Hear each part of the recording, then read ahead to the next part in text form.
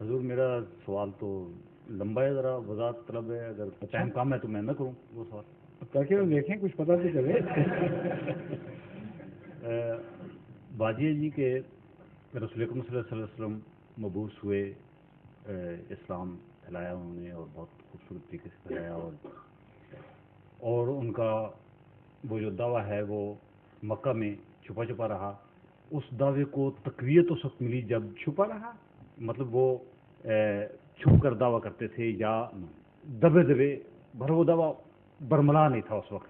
یہ درست کھل کر نہیں، یہ درست نہیں. معاف کرنا، جی قرآن اور تاریخ اسلام اس بات کو جھٹلا رہا ہے. آپ کا دعویٰ بانگ بلند تھا، مکے کا ہر شخص اس کے تک وہ دعویٰ پہنچا ہے. ایک بھی نہیں تھا جس پر وہ دعویٰ کسی معنوں میں منہ بن رہا ہو. اہل مکہ نے جب آپ کے دروازے بند کر دیے دعویٰ سننے کے بعد، تب آپ باہر کی بستیوں میں نکلے ہیں اور پھر ارد گرد وہی اسی دعوے کو دوسروں تک پہنچانا شروع کیا ہے. یہ بات درست ہے. جی. اب اگلا سوال، اگلا حصہ باقی سوال کا. جی تو بہرحال اس کو جوش اور ولولہ اور تقویت اس وقت ملی جب ایک اسلامی ریاست، جب تلوار اٹھائی گئی. یہ بھی کہہ سکتے ہیں آپ، لیکن یہ ہے کہ میں نہیں کہہ سکتا مگر لوگ کہتے ہیں. ہاں فرمائیے. جب ایک اسلامی ریاست کی بنیاد پڑی مدینہ میں اور ایک یعنی ایک مرکز یہ ملا، معلوم ہوتا ہے. میں آپ کو بات سمجھتا ہوں. آپ کا سوال لمبا صحیح جی مگر معروف ہے، اس لیے اگر میں اس کو غلط سمجھ کے جواب دوں تو مجھے ٹوک دینا. تشریف رکھیں. یہ سوال زیادہ تر مودودی کتب کے مطالعہ سے ابھرتا ہے، کیونکہ مودودی صاحب نے لکھا کہ حضرت صلی اللہ علیہ وآلہ وسلم نے واضح و نصیحت کے سارے ذرائع استعمال کر لیے، حکمت اور پیار سے سمجھانے کی جتنی تدبیریں تھی پیار کی. جب وہ ناکام رہی اور نصیحت بیکار گئی، تب جب تلوار ہاتھ میں لے کر آپ نکلے ہیں تو صدیوں کے زنگ اس تلوار نے کاٹ دیے، اور یہ فتح اسلام ہے ان کے نزدیک. اگر تلوار کے ذریعے دل فتح ہو سکتے ہیں تو پھر اسلام کی کوئی بھی حقیقت نہیں.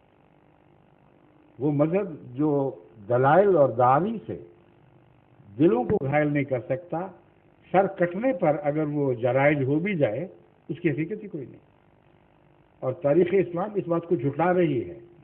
وہ اسٹیٹ قائم ہوئی ہی نہیں جس کے متعلق کہا جاتا ہے کہ اسٹیٹ قائم ہوئی تو اسلام پھیلا ہے. حضرت صلی اللہ علیہ وسلم مدینے میں گئے ہیں، مسلسل آپ کے خلاف سازشیں ہو رہی تھیں. اہل مدینہ سے ایک معاہدہ ہوا ہے، اس کا نام ہے میثاق مدینہ. اس میثاق مدینہ کی روح سے آپ نے وہاں زندگی بسر کرنے کے لیے گیو اینڈ ٹیک کے بعد اصولوں کو تسلیم کیا، اور مسلسل اس عرصے میں آپ کے خلاف، آپ کی امہات کے خلاف، آپ کی ازواج مطہرات کے خلاف، مسلمانوں کے خلاف سازشیں جاری رہی ہیں. زہر تک دینے کی کوشش کی جاتی رہی. اور غلبہ کہنا اس کو اس قدر ناجائز بات ہے کہ اس مدینے میں جہاں ابھی بھی آپ کو یہود اور دوسرے عیسائیوں پر عددی غلبہ نصیب نہیں ہوا تھا، وہ اسی طرح بندے ہوئے قبیلے موجود تھے. اس مدینے پر جنگ احزاب میں سارے عرب قبائل امڑ آئے ہیں. تو یہ کہہ دینا کہ آپ کو فتح نصیب ہو گئی تھی، ریاست قائم کرتی، بالکل غلط بات ہے. جنگ بدر تو پیدا ہو ہی نہیں سکتی تھی. اگر مدینہ جاتے ہی ریاست نصیب ہو گئی تھی تو جنگ بدر کہاں سے آ گئی، جس میں تمام مسلمان چھوٹے بڑے بوڑھے کمزور ملا کر 313 تھے، اور اس کے مقابل پر مکے سے 250 میل سے چل کر آنے والے سوار جوان اونٹنیوں اور گھوڑیوں پر ان کی تعداد 1000 تھی. یہ کیسی ریاست تھی؟ 313 نے اپنی کمزوری کے باوجود 1000 کو شکست دی. یہ الہی ریاست تھی، یہ آسمانی مدد تھی. اس کے سوا سب ممکن نہیں تھا کہ یہ واقعہ ہو جاتا. تلوار کا زور نہیں تھا. پھر اگلی جنگ دیکھیں، جنگ احد. اس میں حضرت صلی اللہ علیہ وآلہ وسلم کے مقابلے 700 کے مقابلے پر 3000 کا لشکر تھا. جم غفیر تھا. اور اس وقت بھی جب جنگ نے پلٹا کھایا ہے تو آپ کی حالت بالکل کمزوری کی تھی، یہاں تک کہ ایک موقع پر اعلان ہوا کہ آپ شہید ہو گئے. اور مدینے میں قرآن فرماتا ہے خوب منافقوں نے باتیں اڑائیں اور جگہ جگہ چہمگوئیاں ہوئیں، مذاق اڑائے جانے لگے، اور حضرت محمد صلی اللہ علیہ وسلم نے کوئی جوابی کارروائی نہیں. اس کو تلوار کی ریاست کہا جاتا ہے. پھر آگے جب جنگ احزاب ہوئی ہے تو آن حضرت صلی اللہ علیہ وسلم کے تمام حمایتی جو آپ کے ساتھ تھے، ٹوٹل تعداد 3000 سے زیادہ بتائی نہیں جاتی، اور سارے عرب قبائل نے آپ کو گھیر لیا. اہل مدینہ نے اپنی مرض کھینچ لی. یہود نے اس خلاف وعدے کی خلاف ورزی کی کہ اگر کوئی حملہ آور ہوا تو ہم آپ سے دعویٰ نہیں کریں گے، ہم آپ کے ساتھ ہو کے لڑیں گے. ساتھ لڑنا تو درکنار، ان سے سازشیں کیں اور پیچھ میں چھرا گھونٹنے کی کوشش کی. تب وہ واقعات بھی نما ہوئے ہیں جو بنو قریظہ وغیرہ کی سزائیں ملی ہیں. اس کو کون اسلامی ریاست کہتا ہے؟ آن حضرت صلی اللہ علیہ وآلہ وسلم فتح مکہ تھا. کسی ریاست کے سربراہ تھے نہ آپ کو اس میں کوئی دلچسپی تھی، اور فتح مکہ تلوار سے نہیں ہوئی. کون سی تلوار تھی جس نے فتح مکہ کیا؟ حکم تھا کہ تلوار چلائی نہ جائے، اور خدا کا وعدہ ہے اور ضرور میں فتح کروں گا. حیرت انگیز ہے کہ وہ مسلمان جن کی تعداد صرف 3 سال پہلے تک کلہم 3000 سے زیادہ نہیں بنتی تھی، 10,000 کا لشکر بن کر مکے پر واضح ہوئے، اور اہل مکہ پھر بھی اکثریت میں تھے.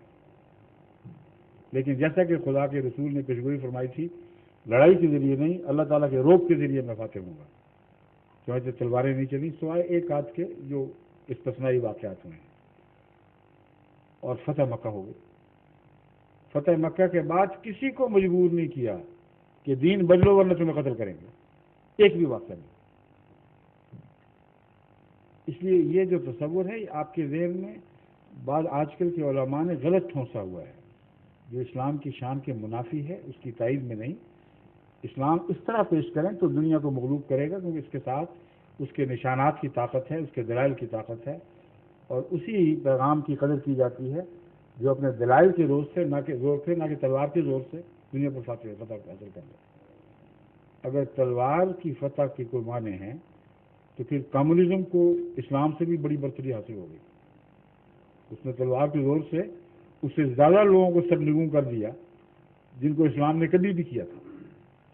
پھر عیسائیت کا غلبہ مانے، اس غلبے کی حقیقت ہی کوئی نہیں جو تلوار اور طاقت کے بل بوتے پر ہو.